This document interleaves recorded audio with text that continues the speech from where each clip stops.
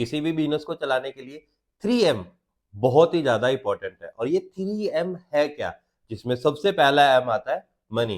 किसी भी बिजनेस को शुरू करने के लिए आपको हमेशा पैसे की जरूरत होती है। या तो आप अपना फंड लगाते हैं या फिर आप फंड रेज करते हैं। बिना पैसे लगाए दुनिया का कोई भी बिजनेस शुरू हो ही नहीं सकता। उसके बाद जो दूसरा एम आता है, इट्स ऑल अबाउट मार्केटिंग।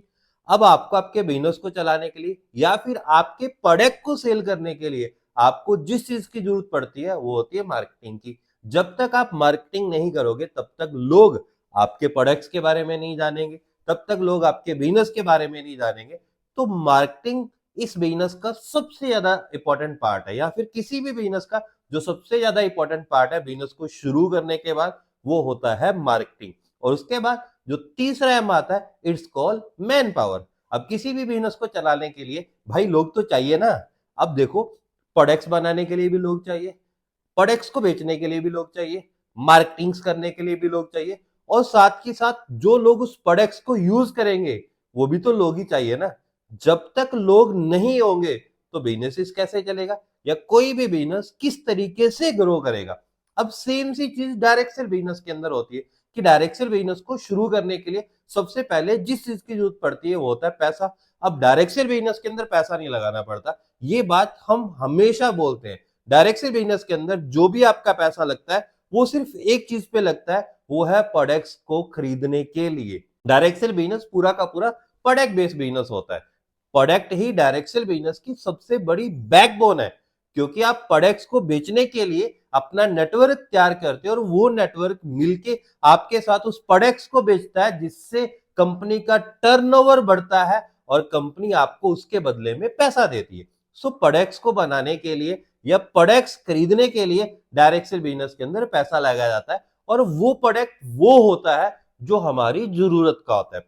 अलग अलग डायरेक्ट सेल कंपनीज अपने अलग अलग प्रोडक्ट सेल करती हैं। हर कंपनी का अपना एक यूनिक प्रोडक्ट है और हर कंपनी अपने यूनिक प्रोडक्ट को सेल करती है। तो भाई मुद्दे की बात यह है कि डायरेक्ट सेल बिजनेस को शुरू करने के लिए भी पैसे की जरूरत पड़ती है, जैसे कि बाहर की लाइफ में किसी भी दूसरे बिजनेस को। उसके बाद आता है दूसरी चीज, आता है कि लोग बोलते हैं कि डायरेक्ट सेल बिजनेस वाले ना बड़ा बढ़ा चढ़ा के बातें करते हैं, या डायरेक्ट सेल वाले ना बड़ा चिल्ला चिल्ला के बातें करते हैं। मैं इसके साथ एग्री नहीं हूं कि डायरेक्ट सेल बिजनेस के अंदर बड़ा चढ़ा के बातें करनी चाहिए, और मैं इसके साथ भी सहमत नहीं हूं कि डायरेक्ट सेल वालों को चिल्ला चिल्ला के बोलना चाहिए। बट मैं एक चीज मानता हूं कि जिस तरीके से अदर बिजनेस को चलाने के लिए मार्केटिंग की जरूरत होती है, उसी तरीके से डायरेक्ट सेल बिजनेस को चलाने के लिए भी मार्केटिंग की जाती है। अब देखिए, अदर बिजनेस को चलाने के लिए किस प्रकार की मार्केटिंग की जाती है। या तो वो किसी सेलिब्रिटी से करवाते हैं, या फिर वो किसी प्लेयर से करवाते हैं, या फिर वो सोशल मीडिया इन्फ्लुएंसर्स को आज के समय में हायर करते हैं, जो उनके प्रोडक्ट या सर्विसेज के बारे में लोगों को बताते हैं और लोग उसको बाइंग करते हैं। सेम डायरेक्ट सेल के अंदर भी जो मार्केटिंग करते हैं वो लोग करते हैं। बट इसमें फर्क इस चीज का है कि डायरेक्ट सेल बिजनेस की जो मार्केटिंग होती है वो मार्केटिंग डायरेक्ट सेल बिजनेस करने वाले कस्टमर ही करते हैं, क्योंकि इसके अंदर किसी भी प्रकार का मिडलमैन या रिटेल शॉप नहीं होती। ये तो आप सबको बहुत अच्छे तरीके से पता होगा। तो फिर अगर रिटेल शॉप नहीं है या मिडलमैन नहीं है तो मार्केटिंग कौन करता है? तो इसमें मार्केटिंग करते हैं कस्टमर्स। जो पर्सन ने कंपनी से प्रोडक्ट खरीदा होता है वो उस प्रोडक्ट्स को यूज करता है, और वो प्रोडक्ट्स को यूज करने के बाद वो लोगों को रिकमेंड करता है कि अगर आप इस प्रोडक्ट्स को यूज करते हो तो एक तो आपको प्रोडक्ट्स मिल रहा है, साथ ही साथ आपको इसमें से कुछ परसेंटेज इंसेंटिव भी मिलने वाला है, और अगर आप अपना नेटवर्क बिल्ड करते हो तो आपको टीम से भी पैसा आने वाला है। तो इस तरीके से डायरेक्ट सेल के अंदर भी लोग मार्केटिंग करते हैं। हाँ, हर किसी का अपना अपना एक अलग अलग तरीका जरूर हो सकता है मार्केटिंग करने का, बट मार्केटिंग तो होती है। चाहे आप बाहर के बिजनेस के अंदर देखो या फिर आप डायरेक्ट सेल बिजनेस के अंदर देखो, तो डायरेक्ट सेल बिजनेस के अंदर जो मार्केटिंग करते हैं वो डायरेक्ट सेल करने वाले लोग करते हैं। जो उसके अंदर अचीवर्स होते हैं वो करते हैं, या उसके अंदर जो लोग एसोसिएटेड होते हैं वो लोग इसके अंदर मार्केटिंग करते हैं। अब हम तीसरी चीज को लेके बात करते हैं कि लोगों को लगता है डायरेक्ट सेल बिजनेस में ना बंदे लगाए जाते हैं। अब थिंक अबाउट इट यार, बाहर की लाइफ में भी बिजनेस को चलाने के लिए क्या किया जाता है? कोई भी कंपनीज है वो अपने बिजनेस के अंदर अपने प्रोडक्ट्स को बनाने के लिए, कंपनीज को चलाने के लिए क्या करती है? वो लोगों को हायर करती है, सही है ना? हायर करने के बाद लोग क्या करते हैं? अपनी स्किल्स और अपनी एबिलिटीज और अपना टाइम उनको देते हैं, वो काम करते हैं और कंपनी उनको उस काम को करने का पैसा पे करती है। एग्री? सहमत हो आप मेरी इस बात से? ऐसा ही होता है कि कोई भी कंपनी से, XYZ कंपनी से अगर उसे चलाना है तो उसमें वो क्या करता है, वो इंप्लॉइज को हायर करती है। वो इंप्लॉइज उसके लिए क्या करते हैं, कुछ इंप्लॉइज वहां पे प्रोडक्ट्स बनाते हैं, कुछ इंप्लॉइज मैनेजमेंट्स का काम करते हैं, कुछ इंप्लॉइज मार्केटिंग का काम करते हैं, कुछ इंप्लॉइज सेल्स का काम करते हैं। अब जो पर्सन जो और जिस तरीके का काम करता है उसको उस तरीके की सैलरी कंपनी दे दी जाती है। और आफ्टर दैट अगर हम डायरेक्ट सेल के अंदर देखते हैं तो डायरेक्ट सेल के अंदर भी क्या होता है, अब डायरेक्ट सेल के अंदर भी लोग क्या करते हैं, डायरेक्ट सेल के अंदर भी लोग लोगों को प्रोडक्ट्स के बारे में बताते हैं, लोग उस प्रोडक्ट्स को खरीदते हैं और इस तरीके से लोगों का एक नेटवर्क बनता रहता है। और जो इंसान जितना बड़ा नेटवर्क बिल्ड करता है भाई उसको उस तरीके से उतना ज्यादा पैसा आता है। तो सेम बाहर भी लोग काम करते हैं, डायरेक्ट सेल के अंदर भी लोग काम करते हैं, बट फर्क इतना है कि डायरेक्ट सेल के अंदर किसी भी प्रकार की सैलरीज नहीं दी जाती। यहाँ पे हर एक इंसान अपनी सैलरी खुद अर्न करता है।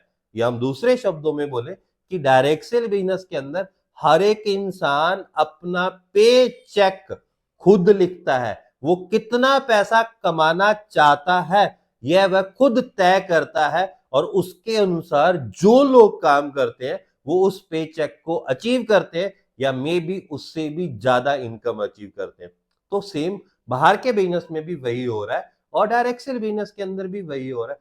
फर्क कुछ नहीं है, फर्क सिर्फ एक चीज का है कि बाहर के बिजनेस के बारे में, या फिर मैं ये कहूं कि बचपन से इंप्लॉइज बनने के लिए हमें बहुत कुछ पढ़ाया जा रहा है, हमें बहुत कुछ सिखाया जा रहा है। बट इंडिया के अंदर अभी डायरेक्ट सेल को लेके इतना बड़ा ट्रेंड नहीं है, डायरेक्ट सेल को लेके इतनी एजुकेशन नहीं है। देखिए आने वाले 4-5 सालों के अंदर आप देखोगे कि इंडिया के अंदर भी डायरेक्ट सेल को लेके बहुत अच्छी एजुकेशन पास हो चुकी है, लोग डायरेक्ट सेल को लेके भी अवेयर हो चुके होंगे।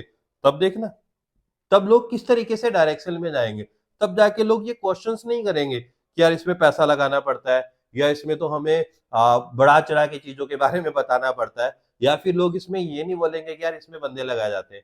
वो जानते होंगे कि डायरेक्ट सेल भी एक बिजनेस है और एक बिजनेस को चलाने के लिए तीनों चीजें चाहिए, पैसा भी चाहिए, मार्केटिंग भी करनी पड़ेगी और लोग भी चाहिए। सो सिर्फ डायरेक्ट सेल के अंदर ये तीनों चीजें नहीं है, बाहर की लाइन में आप किसी भी बिजनेस को उठा के देखोगे तो वहां पे भी ये तीनों चीजें ही होती है। सो अब चूज आपको करना है या अब आपको देखना है कि आप भी उन लोगों में से आते हो जिनके पास कोई जानकारी नहीं है, जस्ट वो उठे, उन्होंने ट्राई किया, उनसे नहीं हुआ और उनका डायरेक्ट सेल को लेके थोड़ा बैड एक्सपीरियंस हो गया और फिर उन्होंने तरह तरह की बातें लिखनी शुरू कर दी। या फिर आप वास्तव में डायरेक्ट सेल को समझना चाहते हो या फिर आप वास्तव में डायरेक्ट सेल को जानना चाहते हो कि डायरेक्ट सेल क्या है और इसमें क्या फीचर्स हो सकता है, तो उसके लिए आप हमें हमारे इंस्टाग्राम पे मैसेज कर सकते हैं। हम आपको डिटेल्स में बताने वाले हैं कि किस तरीके से आप डायरेक्ट सेल के अंदर अपना कैरियर बना सकते हैं, आप डायरेक्ट सेल के अंदर कामयाब हो सकते हैं। अगर आपको ये वीडियो अच्छी लगी तो इस वीडियो को लाइक करना, अपना एक प्यारा सा कमेंट जरूर देना और अपने दोस्तों के साथ इस वीडियो को शेयर करना ताकि हम डायरेक्ट सेल के बारे में ज्यादा से ज्यादा लोगों तक अपनी बात को पहुंचा पाए।